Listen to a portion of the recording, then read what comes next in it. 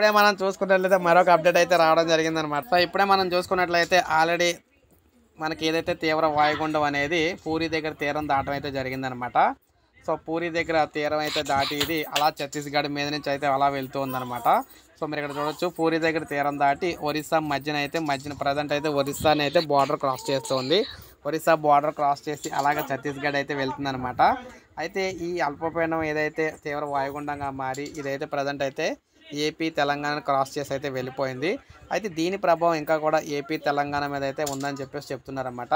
మంగళవారం కూడా దీనికి సంబంధించి వర్షాలు అయితే పడతాయని చెప్పేసి సో వాతావరణ శాఖ అయితే తెలియజేయడం జరిగింది. అటు ఏపీలోను ఇటు తెలంగాణలోను 2 జిల్లాల్లో కూడా దీని ప్రభావం అయితే ఉంటుందని చెప్పేసి చెప్తూ ఉన్నారన్నమాట. అందువల్ల మంగళవారం కూడా మనకు వర్షాలు అయితే వస్తాయి.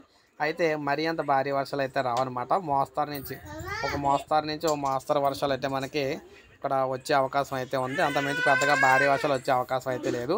సో ఇది మనకి మంగళవారంకి సంబంధించిన వెదర్ రిపోర్టు. ఒక లైక్ చేయండి, సబ్స్క్రైబ్ చేసుకోండి, మన ఛానల్ సబ్స్క్రైబ్ చేసుకోండి.